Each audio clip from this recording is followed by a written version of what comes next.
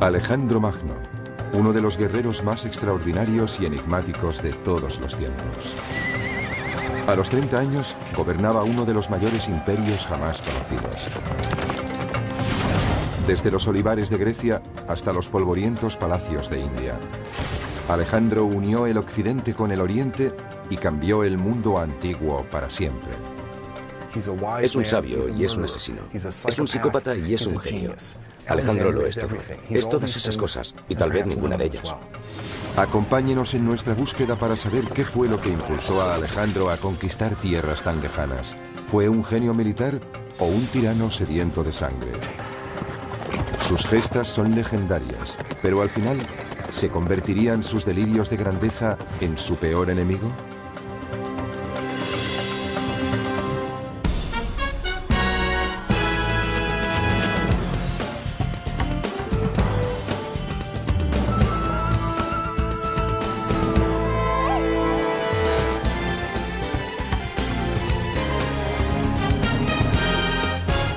Alejandro Magno, el hombre y el mito. Babilonia, junio del año 323 a.C. Alejandro yace en la cama moribundo. Su cuerpo sufre atormentado por la fiebre. Después de 30.000 kilómetros de conquistas y baños de sangre, su persecución de la gloria eterna llega finalmente a su término.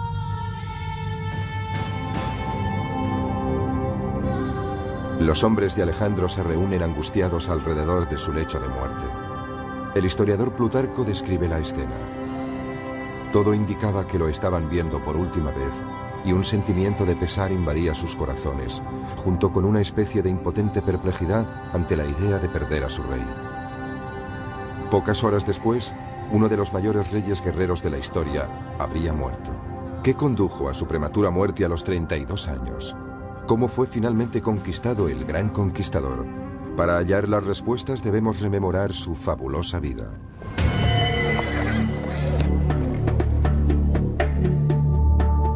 Alejandro nació aquí, en Pela, en el norte de Grecia, el año 356 a.C. Hacía tiempo que la edad de oro griega había quedado atrás. En aquel momento, el imperio era una frágil colección de ciudades-estado, fragmentadas y divididas. Una presa fácil para el padre de Alejandro, Filipo. El rey Filipo era un soldado rudo y mujeriego. Era un gran bebedor, un luchador feroz y el ídolo de sus curtidas tropas. Su ejército era uno de los mejores del mundo antiguo. Pero Filipo también era un político despiadado. Creó el estado de Macedonia, sometiendo a las tribus rebeldes de la región. Para mí, como es obvio, el éxito de Filipo fue abrumador. Es el hombre más subestimado de la antigüedad. Equilibró el ejército, fue un genio militar con un talento extraordinario. Con diplomacia y fuerza bruta, Filipo logró conquistar la mayor parte de Grecia. De su padre, Alejandro aprendió sus dotes de líder y las técnicas militares. Pero su madre, Olimpia, también ejerció una poderosa influencia en él. De ella heredó su naturaleza apasionada y temperamental. La influencia de su madre debió ser inmensa. Era una mujer poderosa, casi podría decirse que mística.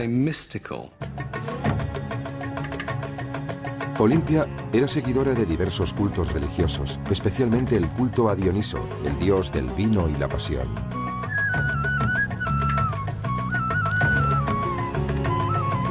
Se rumorea que adoraba al dios bailando con salvaje abandono y sumiéndose en extraños trances.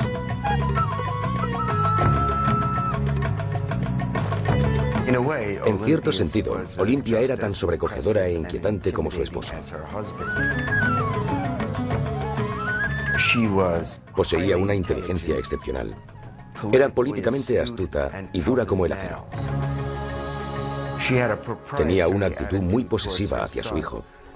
Sin duda le quería con locura, pero actuaba como su valedora, protegiendo sus intereses personales.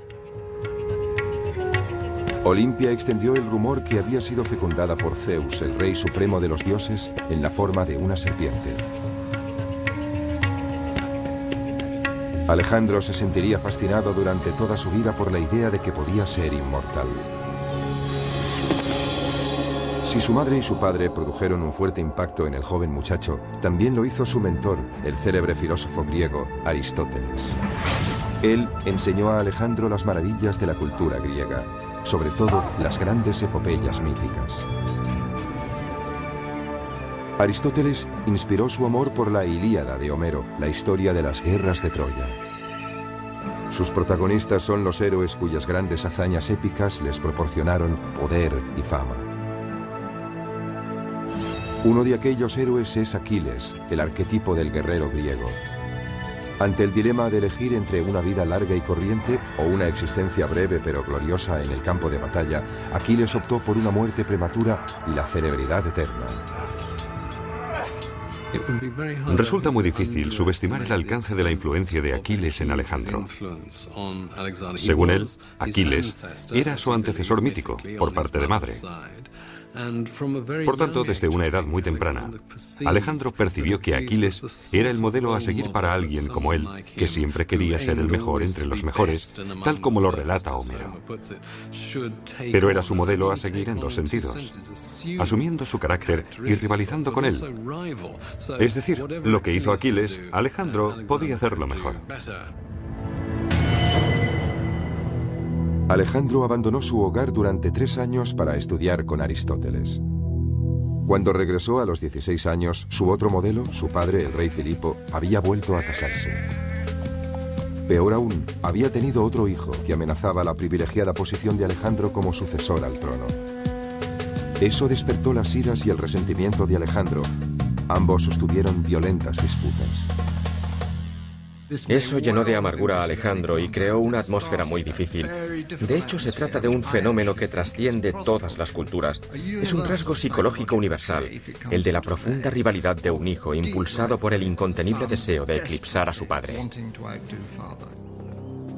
La enemistad entre padre e hijo se hizo tan intensa que Alejandro tuvo que exiliarse. Finalmente se reconciliaron, pero la tregua no duró mucho. Una noche de verano del año 336 a.C., Filipo y la familia real se reúnen para celebrar el matrimonio de su hija. El rey se detiene a la entrada para saludar al pueblo. Un hombre surge de la multitud y le asesta un golpe mortal. Se cree que fue un examante ultrajado. Como muchos griegos de la época, Filipo tenía tanto amantes femeninos como masculinos. Filipo murió al instante. El asesino fue ejecutado allí mismo, antes de que la tortura pudiera hacerle revelar posibles cómplices en las altas esferas. ¿Actuó en solitario o hubo otros que conspiraron con él? Algunos historiadores creen que el asesinato pudo ser instigado por Olimpia, la taimada madre de Alejandro. Al fin y al cabo, Filipo la había rechazado por una mujer más joven. Me inclino a pensar que Olimpia estuvo involucrada. Después de todo, había sido relegada de su posición de honor. No iba a quedarse con los brazos cruzados. No hay nada más peligroso que una mujer despechada, incluso en Macedonia. ¿Y qué decir de Alejandro? ¿Pudo tomar parte en la muerte de su padre? Si nos preguntamos quién salió más beneficiado del asesinato de Filipo, la respuesta es Alejandro.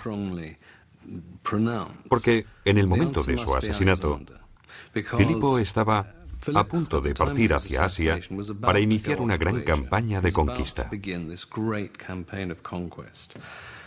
Alejandro no iba a tomar parte en ella. Iba a quedarse en casa, presumiblemente como regente. Pero no hubiese podido alcanzar la gloria que proporciona la intervención en una gran campaña. Y la gloria era precisamente lo que Alejandro perseguía por encima de todo. Cualquier sospecha hubiese enfurecido a los nobles macedonios cuyo apoyo necesitaba, y obtuvo. Con solo 20 años, Alejandro fue coronado rey. Cuando ascendió al trono, Alejandro heredó un gran ejército, pero también una gran inestabilidad política. Tardó un año en sofocar una rebelión en Grecia y consolidar su poder. Pero Alejandro no se conformaba con Macedonia. Su creciente impaciencia y su ambición le hacían querer más. Fijó su mirada en el enemigo ancestral de Grecia, los persas. El imperio persa se extendía desde la actual Turquía hasta Pakistán.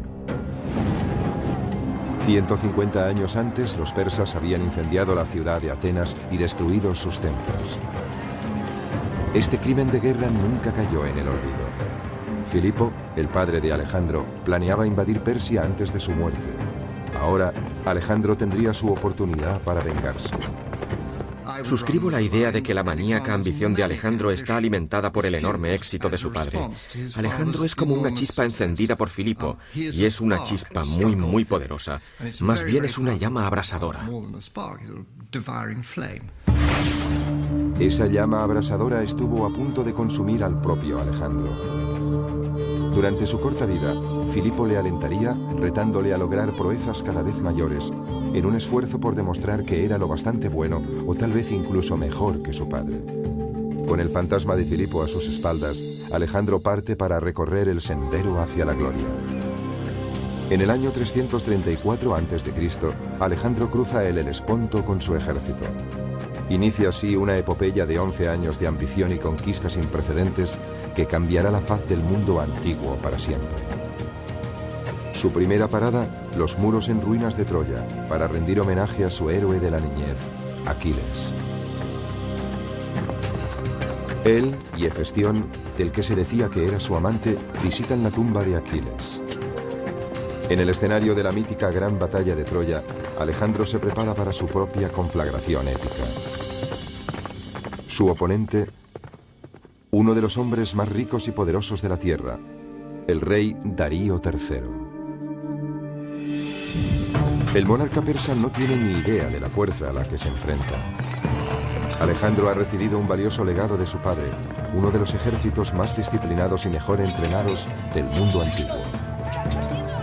El joven rey es un líder carismático e inspirador, aún más que Filipo. Creo que el secreto del genio militar de Alejandro es su extraordinaria determinación. Es valiente y audaz, aunque a veces llega hasta el punto de ser temerario. Nunca parece dudar ante la perspectiva de entrar en acción.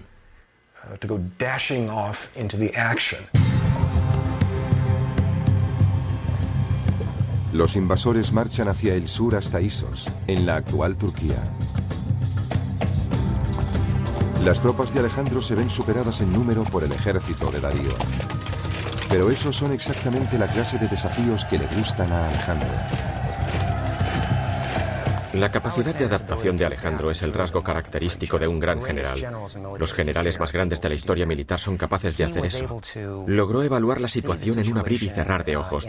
Después concibió un plan con el que superó obstáculos que parecerían infranqueables a cualquier otro alto mando. Alejandro calibra las fuerzas de su enemigo con rapidez. La infantería está protegida por los arqueros, una señal indudable de que Darío no confía en sus soldados de a pie.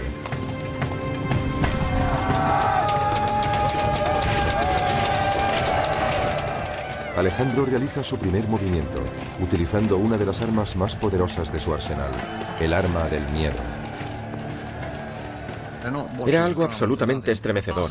Hacían chocar sus escudos, movían las lanzas de un lado a otro y avanzaban a su encuentro con un grito increíble, escalofriante e interminable mientras iban acercándose.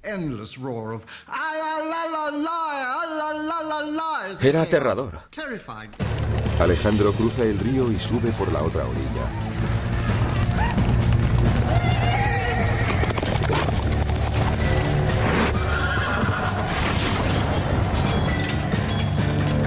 En el caos subsiguiente, el flanco izquierdo de los persas se desmorona.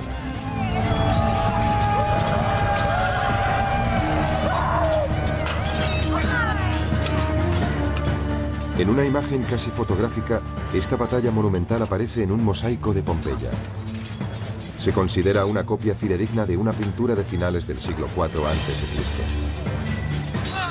Cuando finalmente Alejandro se encuentra cara a cara ante su adversario, primero atraviesa con su lanza al guardaespaldas de Darío. Alejandro está rodeado de soldados persas, cegados por el miedo y el terror. Al verse ante ese vengador invencible, Darío huye. Cuando el ejército persa ve a su gran rey huyendo de esa forma, ¿cuál puede ser la reacción de las tropas? Resulta un impacto psicológico increíble sobre los persas. Desde ese mismo instante, la batalla está ganada. Sin embargo, Alejandro es implacable. Al final del día, más de 50.000 persas yacen muertos. A Alejandro le encantaba matar. Su actividad cotidiana favorita era cazar, pero en su caso, cazar en mayúsculas. Se enfrentaba él solo y desarmado a los leones. Y eso solo lo hacía para mantenerse en forma cuando no luchaba contra otros hombres. Pero detrás de este asesino sediento de sangre hay una mente astuta. Alejandro, al igual que cualquier político actual, es consciente de la importancia de la imagen y la publicidad. Está decidido a convertirse en una leyenda viva. Acompañándole en su expedición se encuentra su historiador personal y asesor político, Calístenes. La misión de Calístenes en la campaña de Alejandro era actuar como agente de publicidad, el Relaciones Públicas oficial. Parece bastante claro que mientras Alejandro iba avanzando, Calístenes se dedicaba a difundir los hechos acaecidos en el frente. Era una especie de corresponsal de guerra incorporado al ejército de Alejandro. Tras la batalla de Isos, Alejandro y su ejército avanzan hacia el sur siguiendo la costa del actual Líbano. La mayoría de ciudades capitulan, pero la isla de Tiro se mantiene firme.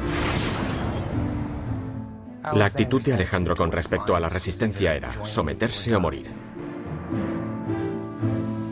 Alejandro comienza lo que se convertiría en el asedio más largo y brutal de su campaña. Cuando finalmente caen las murallas, tras 7 cruentos meses, elimina a 7.000 hombres y esclaviza a otros 30.000. Como lección para otras ciudades que puedan resistirse a la invasión, crucifica a 2.000 guerreros de Tiro.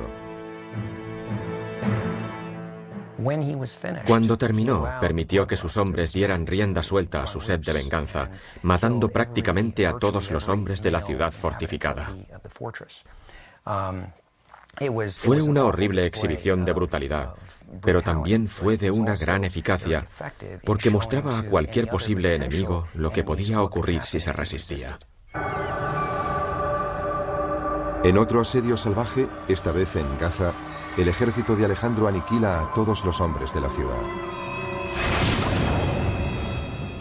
Desde el punto de vista militar, lo hizo todo bien, o casi todo. Hay mucho que emular de su generalato, pero Alejandro también tenía su lado oscuro. Era brutal y luchaba para alcanzar la gloria. Muchas de las cosas que nosotros consideraríamos los peores rasgos de la humanidad también se manifestaban en Alejandro.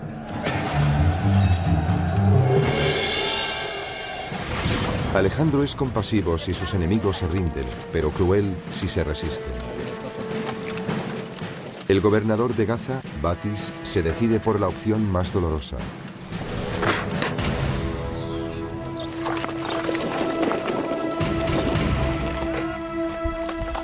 Alejandro revela su lado más cruel con su castigo a Batis.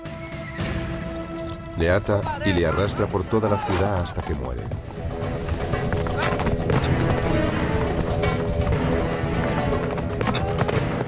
Es una escena familiar tomada de las páginas de la Ilíada de Homero. En ella, Aquiles arrastra a su peor enemigo, Héctor, alrededor de las murallas de Troya. Pero en esa versión, Héctor ya estaba muerto.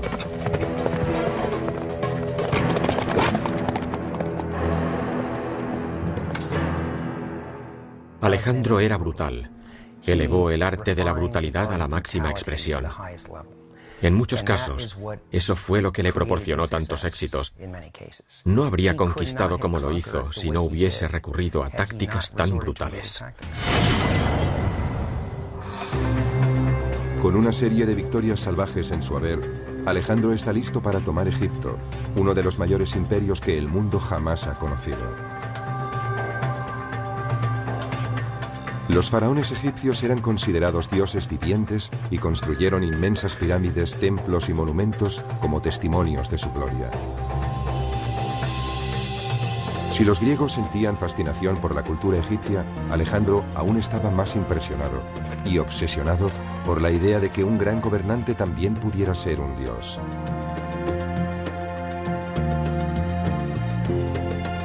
Tras 2 años de guerra, Alejandro marcha hacia el interior hasta Menfis.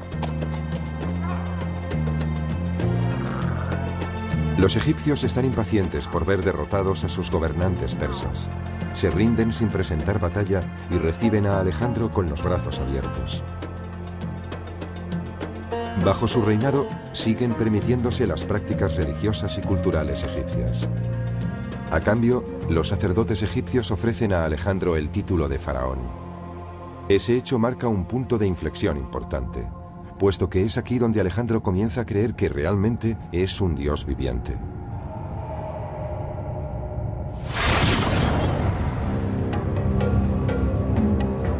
En el año 331 a.C., Alejandro inicia una singladura épica para visitar el oráculo de Siva. Está buscando la prueba de su existencia divina. Estaba a unos 500 kilómetros de distancia. La ruta hacia Siva discurría por una meseta relativamente llana, pero estaba plagada de dunas. El oráculo era un destino muy conocido. Debía haber un sendero, pero este podía quedar enterrado bajo la arena. Debió encontrarse en un entorno donde el calor durante el día es sofocante y de noche hace un frío espantoso. De pronto se forma una tormenta de arena y ni siquiera puedes verte las manos delante del rostro.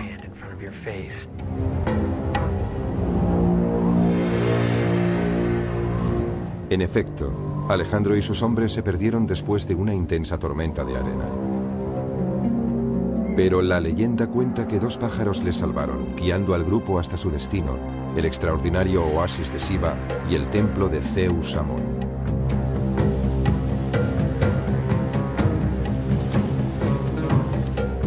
Aquella visita al oráculo es uno de los episodios más fascinantes de toda la historia del mundo antiguo. La cuestión es saber si, previamente, Alejandro había planificado una ingeniosa maniobra publicitaria que corroborase su condición de hijo de Zeus. Alejandro entra en el templo solo, mientras sus hombres esperan fuera. Aquí está Alejandro. Es un hombre joven, apenas sobrepasa los 20 años, pero ha logrado ya hitos extraordinarios. De pronto se encuentra en un lugar donde al menos los egipcios nativos le tratan como un dios viviente. Y uno se pregunta, ¿qué debe pensar? Como es obvio, en ese momento se halla muy lejos de Macedonia. Alejandro salió del templo. Todos corrieron a su encuentro y le preguntaron, Alejandro, Alejandro, ¿qué has pedido? Y respondió, no os lo voy a decir. Ellos le dijeron, pero hemos oído que el oráculo te llamaba hijo de Zeus. Y él respondió, está bien, podéis contar eso si os place. Entonces su publicista lo propagó. Alejandro autorizó difundir esta versión de su identidad, porque me parece que encajaba con sus sospechas previas, posiblemente debidas a las historias de su madre, de que era algo más que humano. A partir de entonces, el leal escriba de Alejandro, Calístenes, denominaría a su maestro un dios en la tierra. Los egipcios confirmarían esa idea, representando su imagen en los muros de algunos de sus templos más sagrados. En Luxor, Alejandro se muestra con los brazos extendidos, adorando a su padre divino, el dios Amón. Siendo divino, era inmune a las críticas. Estaba en un plano diferente, en otro rango muy superior. Pero ser faraón y dios viviente no es suficiente para Alejandro. Está dispuesto a derrotar a su enemigo secular Darío de una vez por todas. Durante su estancia en Egipto, Darío ha estado formando otro ejército para enfrentarse con él. En octubre del año 331 a.C. se libra una de las batallas más decisivas en las sofocantes y polvorientas llanuras de Gaugamela, al norte de la actual Bagdad. Esta vez, los persas triplican en número a las fuerzas de Alejandro.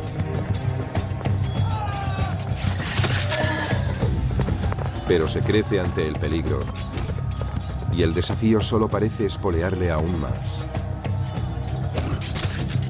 Sus hombres están casi completamente rodeados por el ejército persa, pero sus flancos aguantan al enemigo el tiempo suficiente para abrir una brecha en las líneas persas.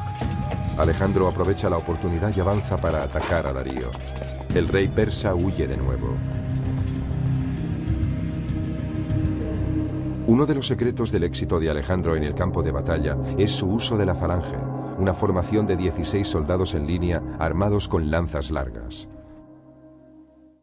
Alejandro utilizaba la táctica del yunque y el martillo con sus falanges. Su propia falange, la infantería macedonia, formaba el yunque y con el martillo, que era la caballería, aplastaba a la falange enemiga. Esta táctica, del yunque y el martillo, la empleó en numerosas ocasiones para imponerse en el campo de batalla. Darío, que ha huido a las montañas del este, finalmente es asesinado por uno de sus oficiales.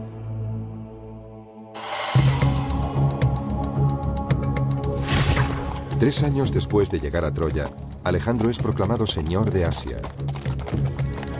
Ha conseguido lo que su padre planeó y no pudo hacer. Otros grandes líderes se hubiesen conformado con este triunfo monumental, pero no Alejandro. No hay vuelta atrás. En el año 329 a.C., Alejandro sigue avanzando hacia Afganistán para conquistar el extremo oriental del imperio persa. Ahora se enfrenta a un reto aún mayor, las imponentes cumbres del Hindu Kush. Aunque se elevan a 7.000 metros de altura, casi en el techo del mundo, Alejandro opta por una de las rutas más duras para su ejército de 30.000 hombres. Durante su periplo, a través del Hindu Kush, las inclemencias del tiempo, la lluvia, la nieve y las ventiscas debieron dificultar mucho la marcha a cualquiera, excepto a Alejandro Magno.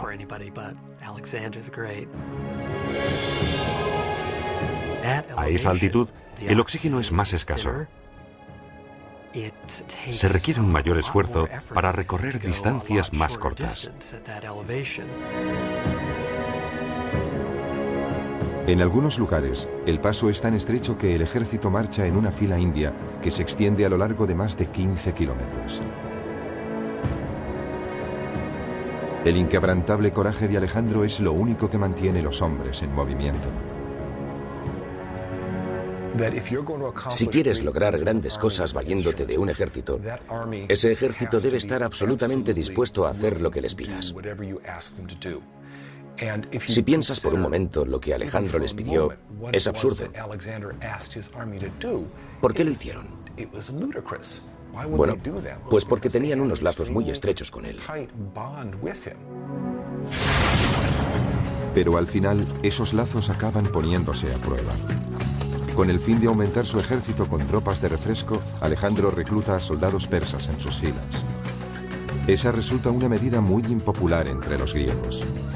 Debo subrayar que no fue solo una decisión militar, también fue por cuestiones sociales. Pero al final de la jornada desmontan, se meten en la tienda para beber algo y ¿qué se encuentran? Pues se encuentran con un bárbaro iraní tomando una copa a su lado en su misma tienda. Eso no les gusta, los soldados pueden ser muy racistas. Su resentimiento crece con el oscuro giro que toma el carácter de Alejandro. Cuando el ejército llega a la legendaria ciudad de Samarcanda, se celebra una copiosa bacanal.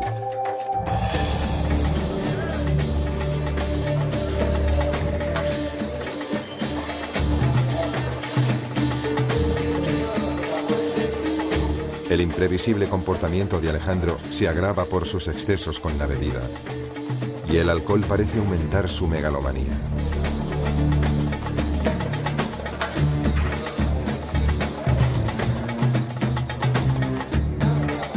Uno de sus invitados es Clito, que sirvió a las órdenes de su padre Filipo y salvó la vida a Alejandro en el campo de batalla. Cuanto más corre el vino, peor es su ánimo. Alejandro comienza a presumir de que sus gestas son mucho más heroicas que las de su padre. Clito escucha indignado en silencio y finalmente grita: «Toda tu gloria se la debes a tu padre». Borracho, Alejandro coge una lanza, mata a su amigo y se derrumba en un mar de lágrimas. Lo que dijo Clito enfureció a Alejandro sobre todo en dos sentidos. Primero, que Filipo fuera mucho más importante de lo que Alejandro quería dar a entender. En otras palabras, la maquinaria propagandística de Alejandro se había extralimitado y él, Alejandro, había sido el causante.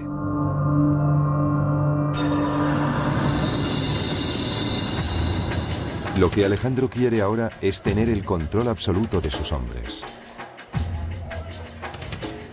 Quería que sus soldados y oficiales se inclinasen ante él y le besasen. Después él ofrecería un beso a los oficiales para mostrarles que eran de su mismo rango social. A los macedonios no les gustaba nada ese ritual de los besos. Para los griegos, solo los dioses debían adorarse así.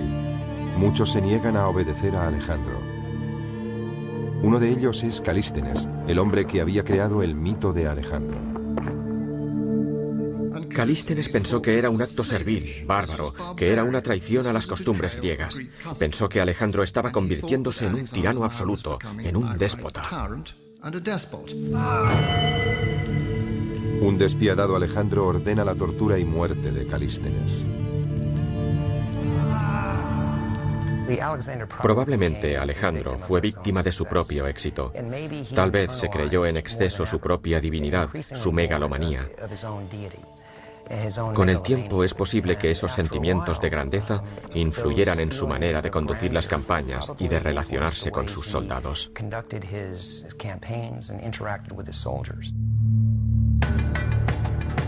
Al 8º año de su campaña, Alejandro ha conquistado Egipto, Persia y los pueblos del Asia Central. El imperio de Alejandro se extendía desde Grecia hasta Afganistán y cubría unos 5 millones de kilómetros cuadrados. Entonces se dirige más hacia el este, hasta los confines del mundo conocido, donde yacen las misteriosas y exóticas tierras de India. Debió ir hacia el este. Esa es la ruta de invasión que siguieron los persas para conquistar parte de India. Como heredero del imperio persa, deseaba esos territorios. Así que siguió la ruta de los ejércitos que le precedieron y, ciertamente, de los que le sucedieron, a través del paso de Khyber. Alejandro llega a un lugar tan enigmático que aquí todas las normas han cambiado. Se enfrenta a un poderoso rajá dispuesto a frenar su avance. Los hindúes han reunido un ejército de 50.000 hombres. Además poseen una nueva y terrible arma, 200 elefantes de guerra. Con una altura de casi 3 metros y un peso superior a las 5 toneladas, los elefantes eran los carros de combate de la antigüedad. Podían cargar al enemigo y aplastarlo con sus patas. Alejandro enseguida advierte que no puede arriesgarse a un ataque frontal ante una fuerza de tal magnitud. Posee la capacidad de planear y calibrar la distribución y el espacio para mantener siempre un elemento de incertidumbre sobre sus intenciones. Se mueve hacia la derecha cuando en realidad va a recortar hacia la izquierda. En la India, realiza un amago antes de cruzar el río y luego cruza por donde menos lo espera el enemigo.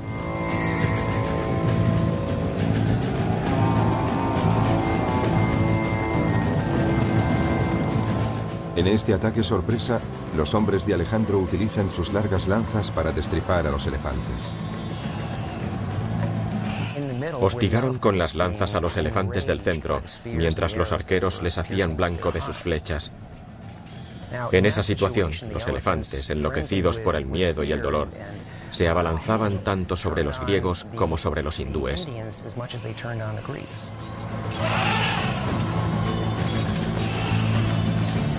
Después de una de las batallas más enconadas de la carrera de Alejandro, el ejército hindú es derrotado y el rajá se rinde. Pero Alejandro está tan impresionado por la bravura del rajá que toma la sorprendente decisión de devolverle el reino. De ese modo, la leyenda de Alejandro queda firmemente arraigada en suelo indio. Alejandro Magno sigue vivo en India en muchos aspectos.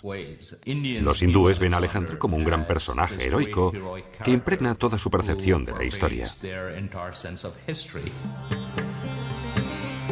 El legado de Alejandro ha perdurado en casi todo lo que se ha hecho en India.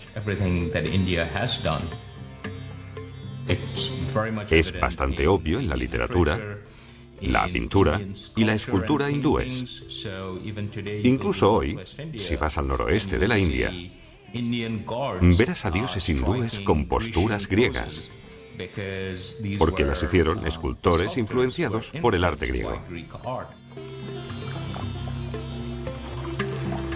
Alejandro estaba dejando su impronta en India, pero a pesar de su gran victoria, los largos años de lucha habían pasado factura a su ejército. Para empeorar las cosas, llegaron las incesantes lluvias del monzón.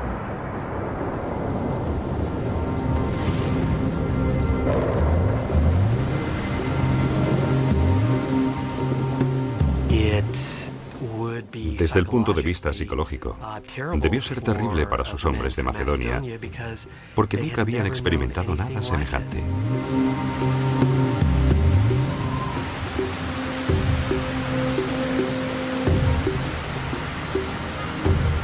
Después de 8 años y casi 30.000 kilómetros, las tropas llegan al límite y se niegan a seguir avanzando. Alejandro ha perdido su primera batalla contra sus propios hombres. No le queda más alternativa que dar media vuelta. Me imagino cómo debió ser ese momento. Allí estaba, con menos de 30 años, en el punto donde él creía que el mundo acababa en aquella vasta extensión de agua. Debió quedarse contemplando el horizonte y debió hacer un sacrificio a los dioses que le había indicado su divino padre. Entonces debió pensar, de todas formas, Filipo, nunca llegaste tan lejos. Era un egocéntrico, pero qué voluntad, qué voluntad. Y ellos se niegan a seguirle, pobres de espíritu. En el largo viaje de regreso a Persia, Alejandro conduce sus tropas hacia una nueva marcha épica. Esta vez por las estériles arenas de uno de los desiertos más áridos de la tierra. ¿Por qué optó Alejandro por esta ruta? Es un misterio. Tal vez para castigar a sus hombres por no seguirle hasta los confines del mundo.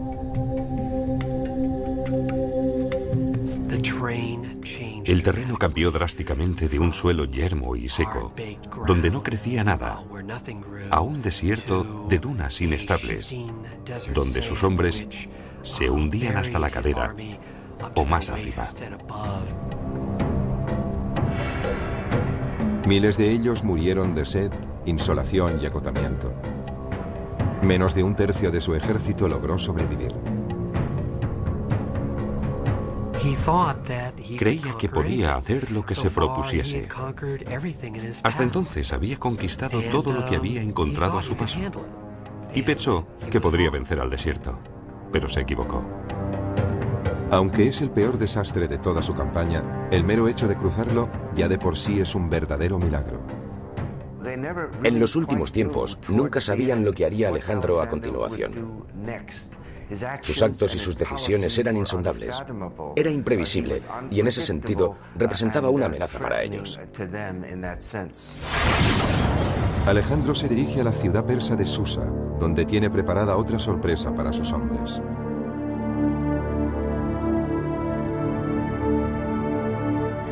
Ordena a casi un centenar de oficiales macedonios que se desposen con mujeres persas.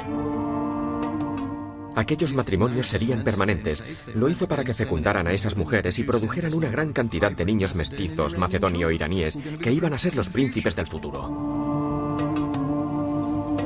Sus hombres sienten un profundo rechazo hacia esos enlaces, aumentando su resentimiento. Sin embargo, para Alejandro, fundir el occidente con el oriente es un asunto práctico. Él, en persona, se casa con 3 mujeres extranjeras para dar ejemplo. Si quiere gobernar un imperio tan diverso, necesita mezclar las culturas. Y está sentando las bases del nuevo imperio. No el que ha conquistado, ni el que trajo con él desde Grecia y Macedonia, sino el nuevo imperio de Oriente Medio.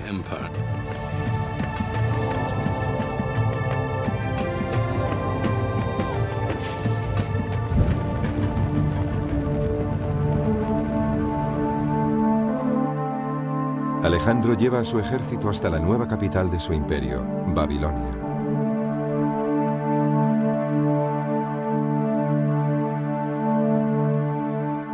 Una calurosa noche, cae misteriosamente enfermo después de una juerga desenfrenada.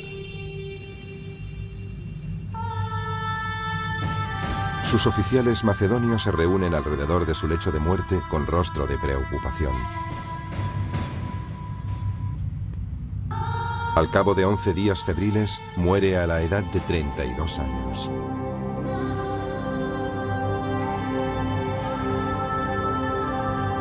¿Qué mató a Alejandro? ¿Fue una enfermedad? ¿Fue el alcohol? ¿O fue un asesinato? Algunos expertos sostienen que murió de fiebre tifoidea. Otros piensan que fue envenenado por un grupo de oficiales hartos de sus ataques de cólera y por su deseo de ser adorado como un dios. Pero durante siglos, los historiadores han debatido sobre la causa de su muerte. Estoy seguro de una cosa, Alejandro no fue envenenado. La cena fatal tiene lugar hacia el 29 de mayo y muere entre el 10 y el 11 de junio. Si hubiesen querido envenenar a Alejandro, le hubiesen suministrado una dosis abundante. Por tanto, ¿qué le produjo la muerte? No pudo ser una epidemia. Con él no murió ningún número importante de gente. No fue algo parecido a la gripe asiática. Debió ser una enfermedad que le afectaba solo a él. Yo me inclino por la malaria. El cadáver de Alejandro no puede examinarse porque se desconoce su paradero. En su viaje de regreso a Macedonia, su procesión funeraria sufrió la emboscada de uno de sus generales, que quería llevar sus restos a Egipto.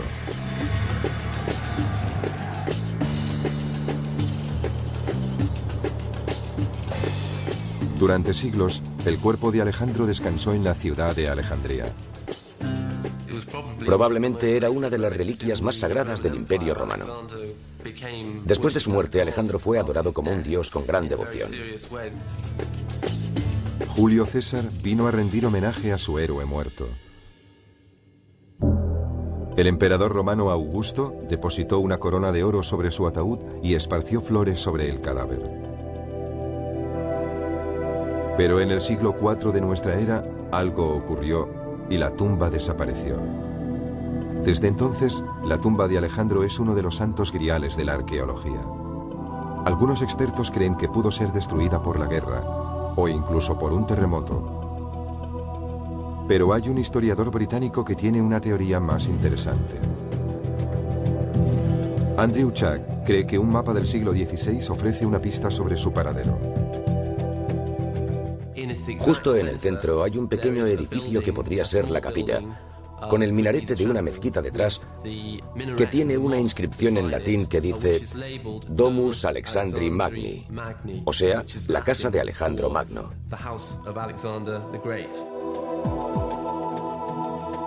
Fue aquí donde se localizó un sarcófago. Estaba destinado a albergar los restos del faraón egipcio Nectanebo II, pero nunca fue sepultado en él.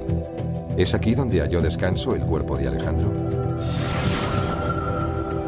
El sarcófago fue redescubierto por Napoleón en el siglo XIX. Pero cuando fue derrotado por los británicos, el sarcófago vacío se trasladó a Londres. Hoy se encuentra en el Museo Británico.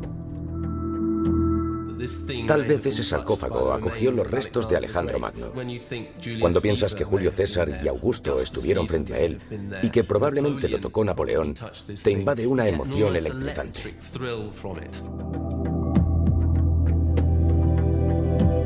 Pero el Museo Británico no acepta la teoría de Chuck. Los restos de ADN que podrían reforzar su hipótesis ya no están ahí. De modo que continúa la búsqueda para encontrar el cadáver del conquistador enterrado en algún lugar bajo las movedizas arenas del desierto. O tal vez, como creen algunos, bajo la ciudad que bautizó con su nombre, Alejandría.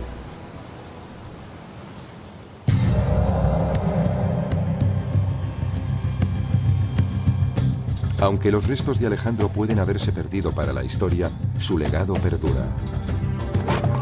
Sus brillantes tácticas de guerra siguen estudiándose en las academias militares. Existen modelos o patrones de pensamiento y acción que se hacen evidentes al estudiar el generalato de Alejandro. Esos patrones son tan aplicables en el mundo moderno como lo fueron en la época de Alejandro. Un comandante en jefe es responsable de miles de vidas y debe poseer visión, disciplina y una confianza absoluta en sus tropas. Alejandro Magno fue un líder carismático que sabía motivar a los hombres durante su larga campaña. Su habilidad para conectar con los soldados le procuró su lealtad absoluta en el campo de batalla. Todo lo que exigía a sus hombres podía hacerlo él mismo, liderando la carga y compartiendo los peligros con ellos. Estaba al pie del cañón, junto a sus soldados de menor rango. A muchos de ellos les conocía por su nombre. Habían pasado mucho tiempo juntos en aquella campaña. Eso creaba unos lazos muy estrechos. A lo largo de los siglos, numerosos jefes militares han recurrido a las brillantes estrategias de Alejandro en la batalla. Los emperadores romanos se vieron inspirados por el autocrático Alejandro. Le veneraban porque logró lo que otros pensaron que era imposible. Se dice que cuando Julio César cumplió los 32 años, lloró amargamente al pensar que sus logros no eran tan grandes como los de Alejandro. Parece claro que, como tantos otros romanos, Julio César estaba acomplejado por Alejandro. Envidia terriblemente a Alejandro. Todos los romanos le envidiaban. Uno de los mayores generales del mundo antiguo, Aníbal, también estuvo influido por Alejandro. Ambos se sentían impulsados por el odio a un antiguo enemigo. Alejandro quería castigar a los persas y Aníbal a los romanos. Asimismo, en la Norteamérica de la Revolución, la estrategia militar de George Washington se cimentó en Alejandro. Todo lo que hizo Washington tiene sus orígenes en Alejandro Magno. El flanqueo del río Delaware es una réplica exacta en cuanto a la táctica y la estrategia de la batalla que libró Alejandro en el Idapo. En diciembre de 1776, el general Washington condujo a sus feroces tropas a través del helado río Delaware para atacar a los británicos. Su inesperada victoria en Trenton fue el punto de inflexión de la Guerra de Independencia norteamericana.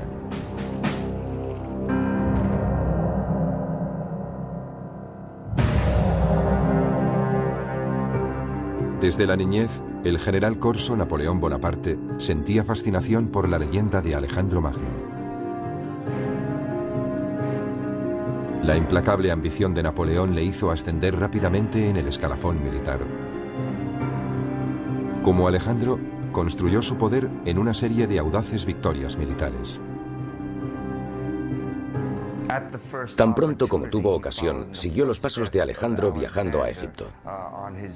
Sobre todo estaba impresionado por la política religiosa de Alejandro, su capacidad para adaptarse a cualquier circunstancia y para captar la mentalidad del país en el que se encontraba.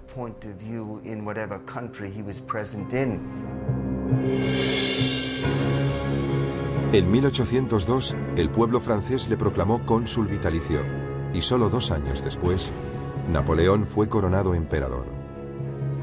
Como Alejandro, Napoleón inspiraba una lealtad total en sus hombres. Ambos conocían a sus soldados por su nombre y les recompensaban por su valentía en el campo de batalla. Cuando Napoleón estudiaba la invasión de Rusia, pensaba en Alejandro debido a las grandes distancias que debía recorrer. Pero a diferencia de Alejandro, Napoleón tuvo que enfrentarse a una dolorosa derrota y al posterior exilio. Fuese cual fuese su destino, Napoleón, como Alejandro, estaba convencido de que era un hombre tocado por la providencia. Creía que en la guerra los hombres no valían nada. Sin embargo, un solo hombre podía decantar la balanza. George S. Patton, el general de la Segunda Guerra Mundial, fue un comandante cortado por el mismo patrón que Alejandro. Desde su ingreso en West Point, George Patton admiraba las proezas de todos los héroes clásicos, pero sobre todo las de Alejandro Magno. Existen diversas notas y documentos que indican que Patton deseaba emular la gloria pasada de Alejandro. Al igual que su ídolo, Patton estudiaba a sus enemigos en busca de su punto débil. Entonces concebía la mejor táctica para derrotarlos.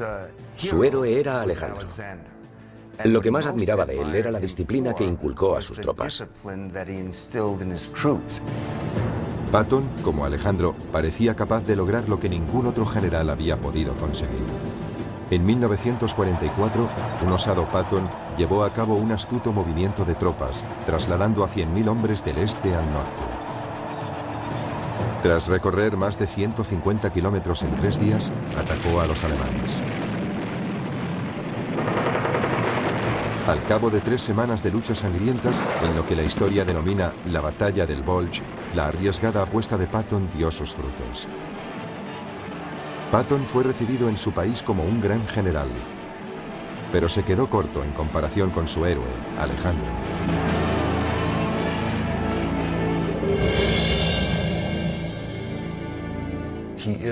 Es el máximo exponente de todos los tiempos, para bien y para mal. Eso es lo que le hace un icono tan atractivo, casi irresistible para cualquiera que aspire a alcanzar el éxito y la gloria. El arte de la guerra solo es una parte del legado de Alejandro. También instauró nuevas rutas comerciales y forjó las bases de las relaciones culturales entre Oriente y Occidente. De hecho, lo que hace Alejandro es extender la cultura griega. Las tragedias griegas se representan en lo que hoy es Irán. La filosofía griega se propaga por toda la India hasta Sri Lanka. Se trata de una asombrosa fertilización cultural. Pero por encima de todo, es considerado uno de los genios militares más excepcionales que jamás haya existido. Alejandro Magno se ha convertido en símbolo de ambición desenfrenada y hazañas colosales. Su coraje, su naturaleza intrépida, su espontaneidad, la profunda lealtad que inspiraba, fue un hombre increíble desde todo punto de vista.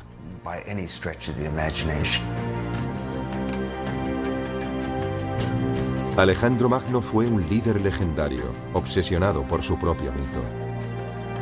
2500 años después, todavía hablamos de sus extraordinarias gestas. Al final, Alejandro consiguió justo lo que quería.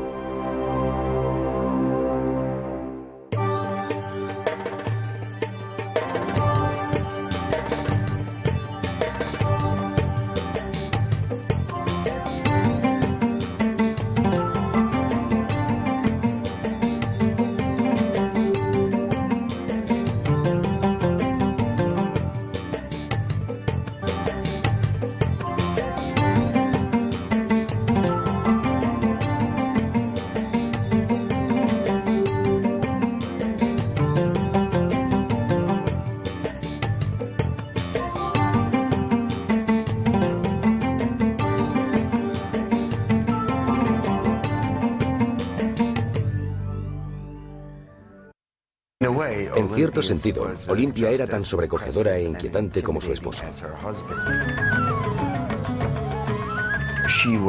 Poseía una inteligencia excepcional. Era políticamente astuta y dura como el acero. Tenía una actitud muy posesiva hacia su hijo.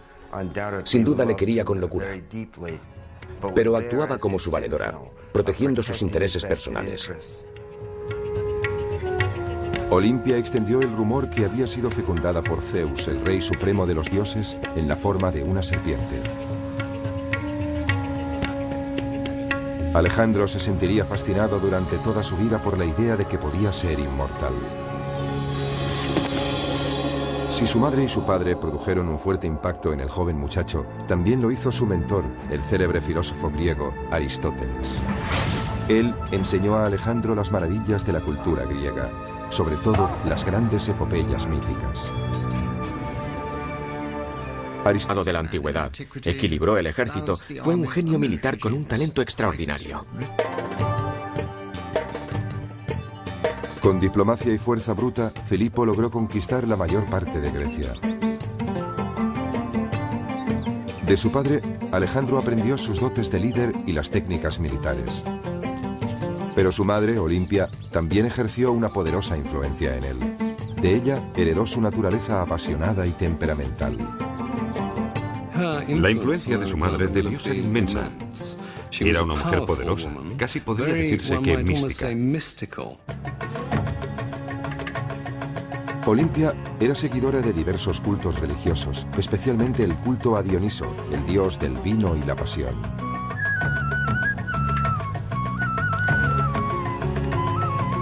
Se rumorea que adoraba al dios bailando con salvaje abandono y sumiéndose en extraños trances.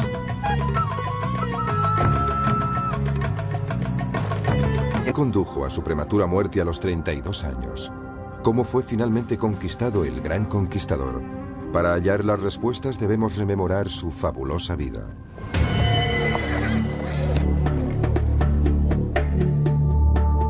Alejandro nació aquí, en Pella, en el norte de Grecia, el año 356 a.C.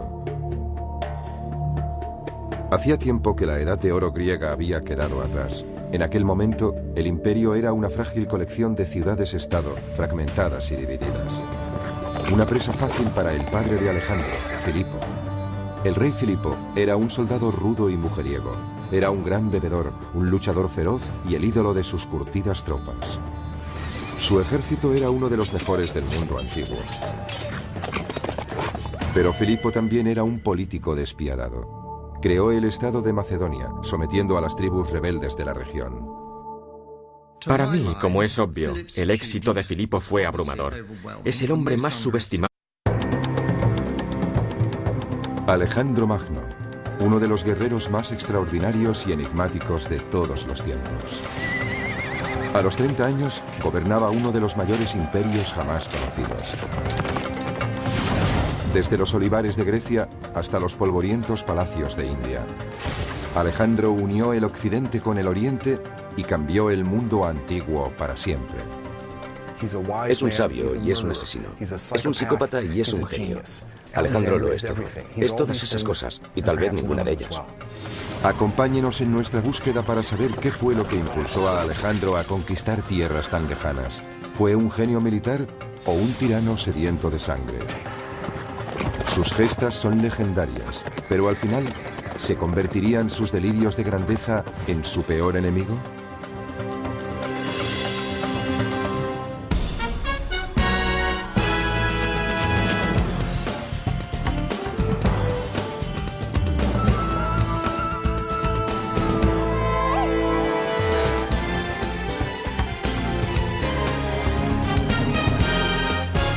Alejandro Magno, el hombre y el mito.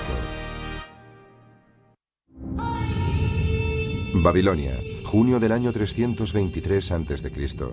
Alejandro yace en la cama moribundo, su cuerpo sufre atormentado por la fiebre. Después de 30.000 kilómetros de conquistas y baños de sangre, su persecución de la gloria eterna llega finalmente a su término.